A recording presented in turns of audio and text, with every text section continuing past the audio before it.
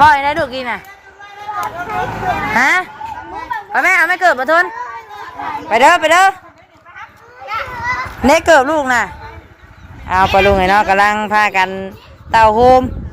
ไปงานแต่งปลาลุงไอ้เนาะส่งบัตรเชิญเสื้อขึ้นพุ่นลูกมาขึ้นตัวนี้ไปไป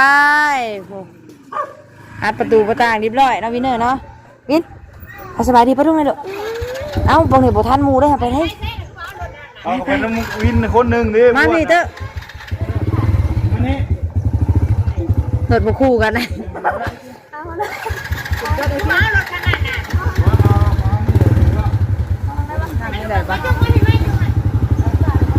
ไอ้นี่บาทนี่ปะลุงเอ้ยรถมาคู่กันบาทนี่เนาะ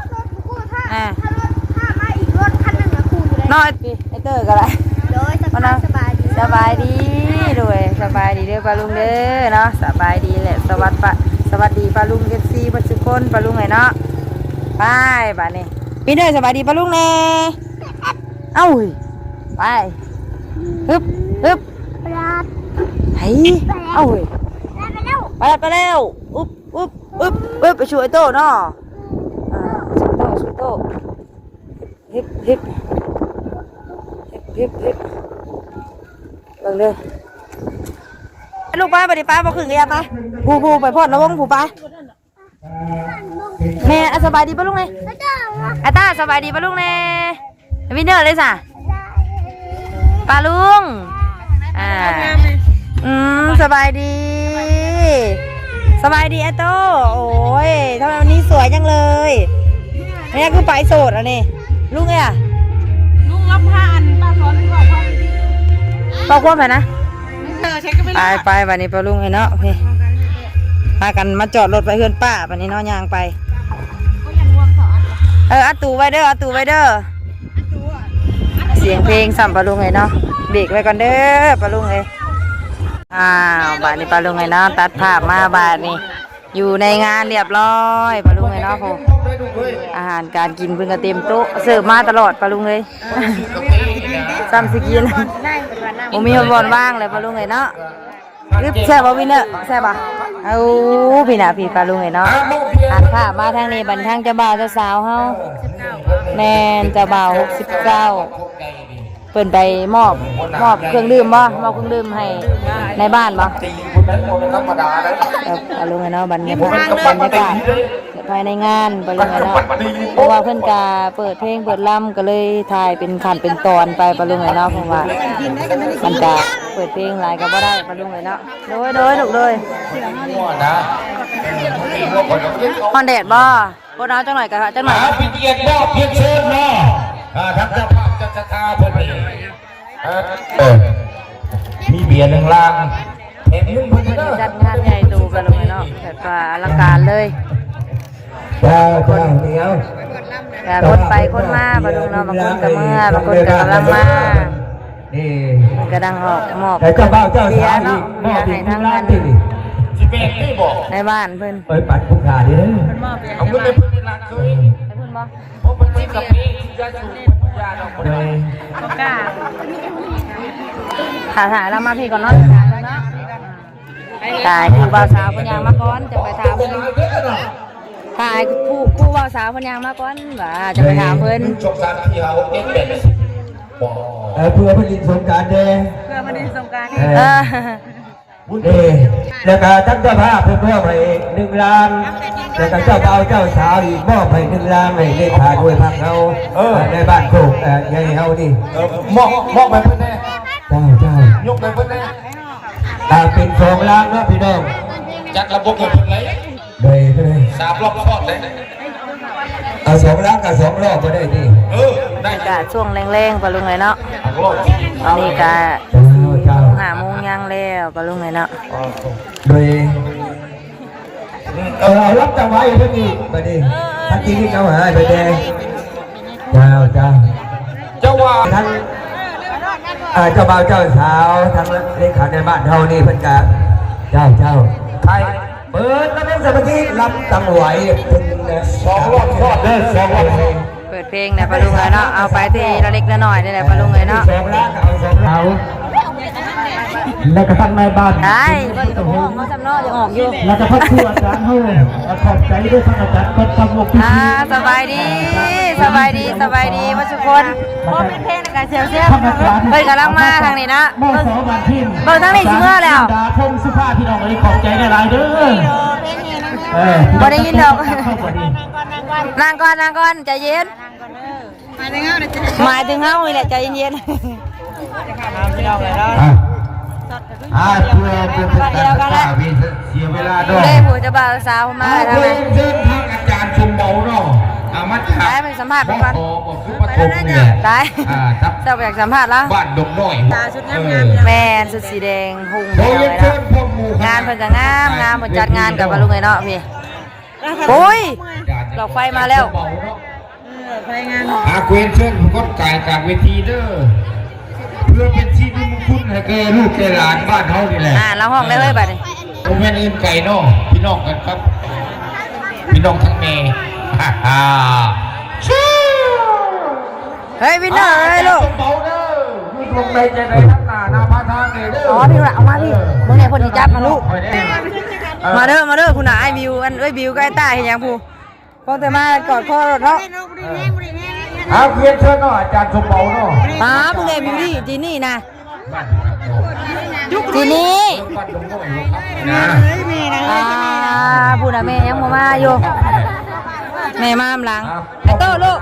คนตายจากเวที บ่าวบ่ลุงไงเนาะ เพื่อเป็น บ่าว ชีวิต สาว ให้แก่ลูกแก่หลาน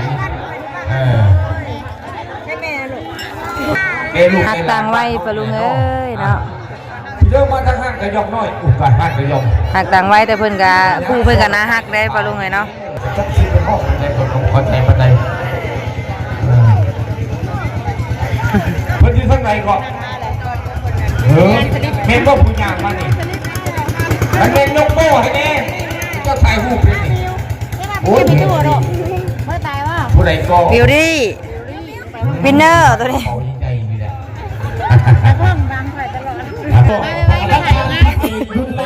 บุญต่อผมแต่เฮียนซ้ำ เพราะว่าสมิงก็ให้ จำทว่ากันว่าจังกัน เมื่อวานสมิงก็ให้ด่วน สบายดี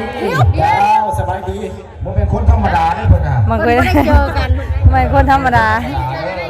ได้เจอกันเด้อไปนั่งกินข้าวกันเด้อ พ่อทำอะไรบอก บอ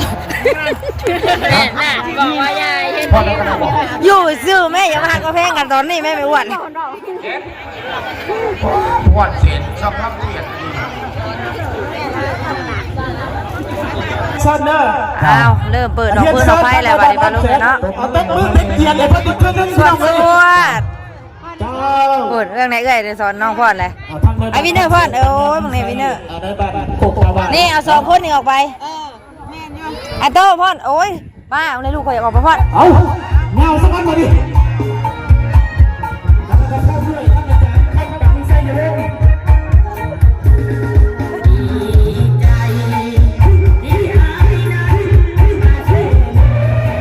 เอาพ่อนลูกพ่อนไอ้โต้พ่อนลูกพ่อน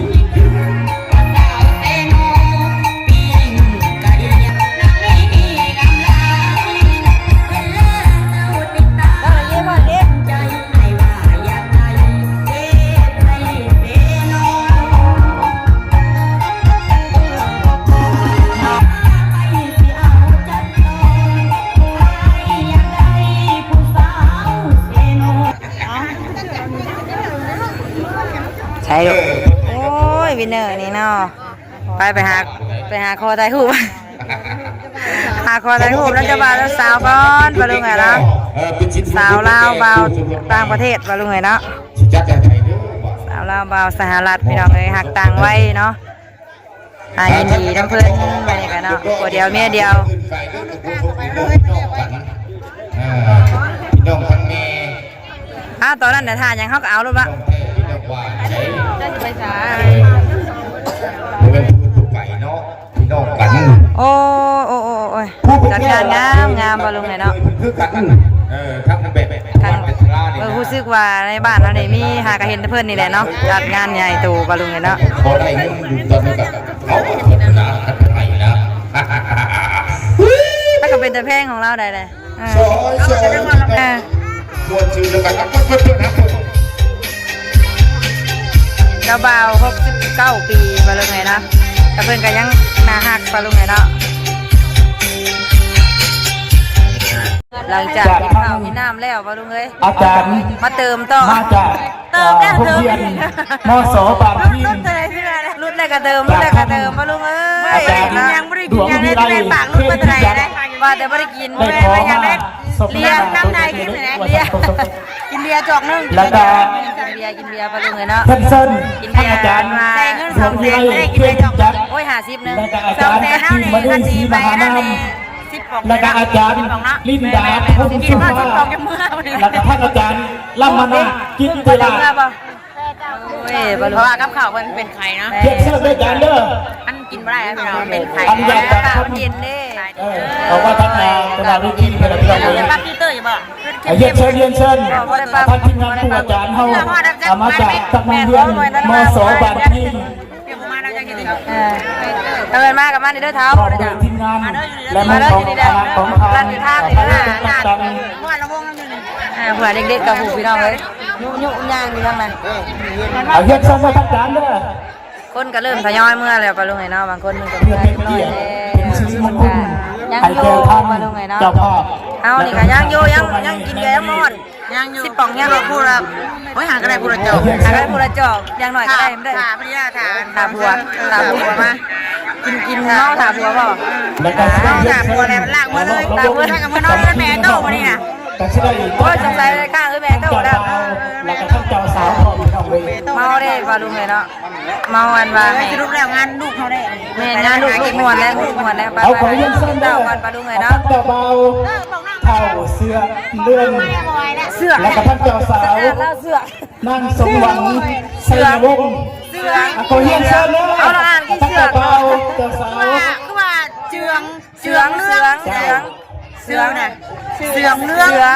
งเลยกันแต่ว่าเราอ่านเสืองเสืองเอาเงินเสือง ตบมือให้เพื่อนพี่น้องตบมือให้เพื่อน เลยเนาะสวดไปเพิ่นห้องเขาลำบากจักกันนี่บอกมาเป็นเพิ่นห้องเขาน้ำบ่อนี่เฮ้ยเพิ่นบ่ได้ห้องเขาบ่ยังบ่ห้องบ่ตายบ่ได้เมื่อได้สามมื้อนี้ก็บ่ได้พรบ่รู้เมื่อได้สามมื้อนี้จังรอบก่อนจังได้เมื่อว่ะรอบก่อนจังเมื่อนะโอ้ยงานงามจังบ่รู้เนาะเพิ่นสิได้มื้อก่อนนี่ก็ยังไงดอกไฟดิดอกไฟจะได้งามดอกไฟเบื่องามงามเพราะว่าน้ำมันนั้นเห็นนั่นเนี่ยเนาะเห็นนั่นนี่ ขาสักคนพี่น้องขา ต่างประเทศ ขาเจ้าเบาสักคน เจ้าบ่าวเพิ่นก็69 ปีบ่รู้ไงเนาะเจ้าสาว22บ่22แม่แต่ว่าครูเพิ่นก็น่าฮักได้บ่รู้ไงน่าฮักแบบต่างวัย เลขนี้บ่แรงนะ69ดิ92นี่269รัก2บ่แรกข่อยซื้อเลขหมูเด้อข่อยเด้อ เอาทั้งโต๊ะในบ้านห้องสกอนนะพี่น้องเอาทั้งในบ้านห้องสกอนออกมาประกอบเครื่องในห้องนี้เยี่ยมเส้นเลยทั้งในบ้านเด้อบ รรยากาศกำลังได้ปะลุงไงเนาะกำลังงามๆเลยนี่กำลงมาแล้วเพิ่นก็สิใต้ดอกไฟปะลุงไงเนาะ เจ้า ออกไปฟ้อนนำครูเจ้าบ่าวเจ้าสาวปะลุงไงเนาะ ท่านเจ้าเบามองได้เจ๊ได้ท่านเจ้าเบาบ่ดี หาเจ้าบ่าวเด้อเฮ้ยเจ้าบ่าวหาเจ้าบ่าวแล้ว พ่อเราบอกว่า ทำไมละเศร้าเมื่อยไปจักเพิ่นยังใส่ชุดอยู่ปะลุงไงเนาะผู้อยู่ในเฮือนผู้ยังเตรียมอยู่ตาเจ้าบ่าวก่อนใจเย็น เจ้าเบาเป็นแบบนี้เจ้าเบาให้ตัวอยู่ โอ้ลงมาแล้วผู้ เจ้าเบาเมื่อยบ่ เจ้าบ่าวเมื่อยแล้ว ตื่นเบิดมือพี่น้องเลย เต้นมือทั้งผ่อนทั้งเต้นดิ เยี่ยมเส้นเด้อท่านเจ้าเบาตบมือเป็นเกียรติให้ท่านเจ้าเบาเพื่อนพี่น้อง ว่าถ้าไม่ได้ออกไปเกียรติเพิ่นบ่เฮ้ยเอาไม่ได้ออกไปเกียรติเพิ่นบ่คนไหนตัวมือซื้อดิเพิ่นบ่ได้ออกบ่ตายเลยกำลังมาสิลูกออกได้นี่เพิ่นบ่ห้องครับ พร้อมแล้วบ่พี่น้องจุ๊บไปเกือบนี่นะ รถเลยลูกเอ้ยลูกก็สร้างเซลอยู่ปะลุงเอ้ยไปซะปะลุงเอ้ยเนาะสำหรับคลิปนี้ก็สิได้ขอลาปะลุงก่อนเด้อเนาะเพราะว่าถ่ายคลิปกับเพิ่นก็ยากแน่ปะลุงเอ้ยเนาะปิดเสียงเพลงปะลุงเอ้ยเนาะจะได้ก็ขอบใจปะลุงเด้อ